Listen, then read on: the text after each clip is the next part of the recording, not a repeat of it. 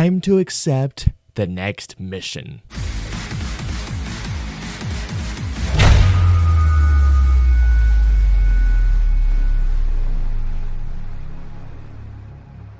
So, Mission Impossible Dead Reckoning Part 1 is the 7th installment of the Mission Impossible franchise, in which once again we follow Ethan Hunt, portrayed by Tom Cruise, as he and his team are on the search for a deadly weapon before the wrong person gets their hands on it. I am a massive fan of the Mission Impossible franchise. I find the first film very underrated. Mission Impossible 2 has its moments, but it's a movie that I really skip through the majority of it. Mission Impossible 3, I think, is a badass, essentially rejuvenation of the franchise. Ghost Protocol is even better. Rogue Nation, I thought, was badass as all hell. And Mission Impossible Fallout is one of my favorite films of the last decade. I love this movie so much. It's one of my favorite action films, really not of the last decade, but really, if I'm being honest, probably of all time. I mean, Mission Impossible Fallout kicked my ass. I absolutely love this film. As you all can imagine, when I found out that Christopher McQuarrie was coming back to direct both parts of Dead Reckoning, I got very excited. And my light just went out. Give me 1 second. Is it back up? Okay. You know what? I don't care. I'm keeping that part in there. That was too darn funny. My expectations for Dead Reckoning, Part 1 at least, were very, very sky high, knowing my adoration for Mission Impossible Fallout. And here's what I can say about Dead Reckoning Part 1 now that I've seen it. Mission Impossible Dead Reckoning Part 1 kicks so much ass. This is a great Mission Impossible film, but I will say this much. Is it better than Fallout? No. I do have some things to say about this movie, but before I get into my few negatives about this movie, which are very, very few, let me gush about this movie just for a couple of minutes. All of the performances here are fantastic.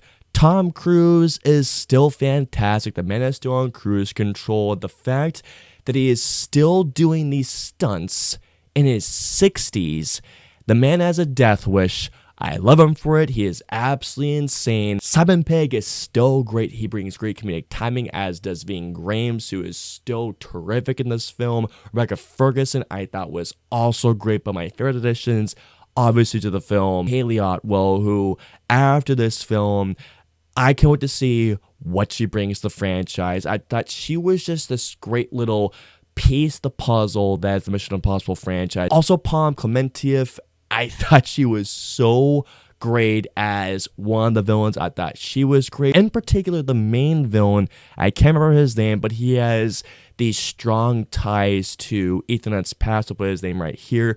But I thought he was very, very good. I thought he brought this menace to the film. Going on to something else that I gotta talk about is the film's plot. Now, obviously, without giving away any spoilers, the thing that I like the most about the film's plot is, in particular, the thing that is the driving force or the weapon, which, if you guys already may know, it's essentially an AI thing. It does make sense because it's a very timely thing of how AI is being used today, and I thought for the most part how they used the AI in this plot, I thought was very, very well done. The film's plot, for the most part, I thought went in two directions that I did not expect. In particular, there was an aspect that legitimately made my jaw drop in terms of where the plot went to. Again, no spoilers, but the plot of the film was very engaging. It was thrilling. It was exciting. I was never bored. And speaking of which, I think the runtime for Dead Reckoning Part 1 is about 2 hours 49, maybe 2 hours and 50 minutes. It is just a go,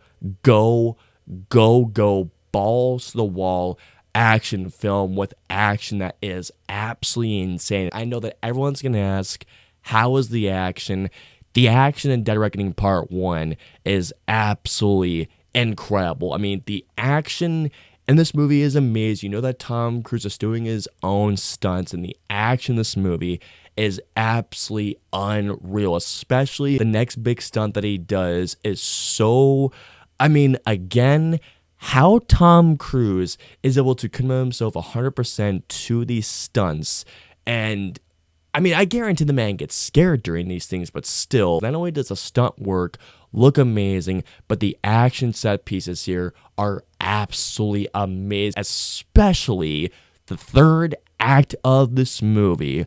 I'm telling you all, the third act of Mission Impossible Dead Reckoning Part 1 is absolutely worth seeing this movie alone. I mean, don't get me wrong too, guys. Something that I almost forgot to mention is this. One of the things that I absolutely loved about Dead Reckoning Part 1 is the first half, because the first half of this movie reminded me a lot of the first Mission Impossible film, of the mystery, the suspense, the intrigue of what was going on, and plus of how the cinematography was done.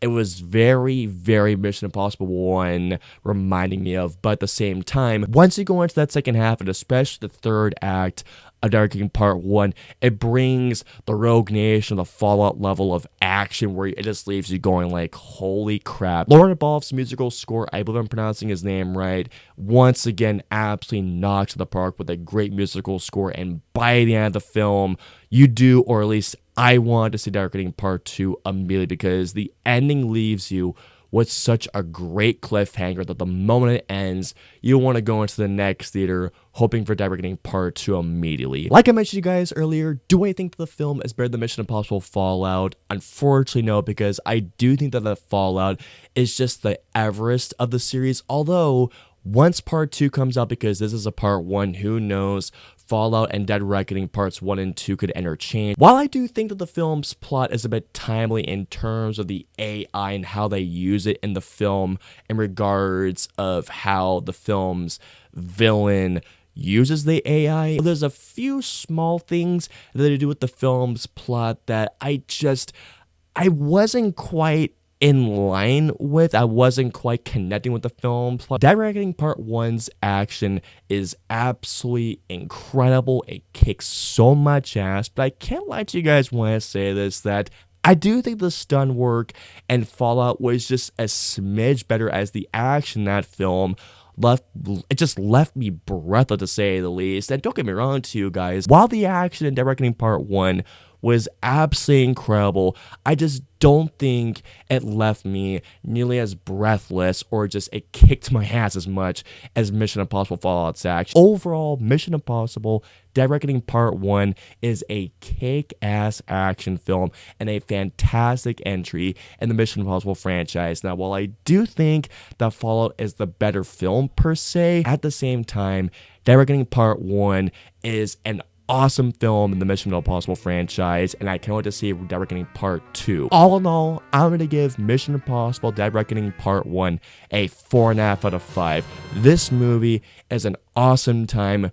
Go see it and have a kick-ass time. So comment down below and let me know, have you guys seen Mission Impossible Dead Reckoning Part 1? What you all think? Let me know below. If you guys want to follow me on social media, I'm on Facebook, Twitter, Instagram. I'm also on Twitch. So if you guys want to follow me on all those social media platforms, all the links and usernames in the description below. I hope you enjoyed my review of Mission Impossible Dead Reckoning Part 1. If so, please hit that like button, also subscribe, and don't forget that notification bell for my latest review goes live. If you guys want to see in my previous 2 reviews, please click on right there or right there. And of course, until my next review or video goes live, I will see you all next time.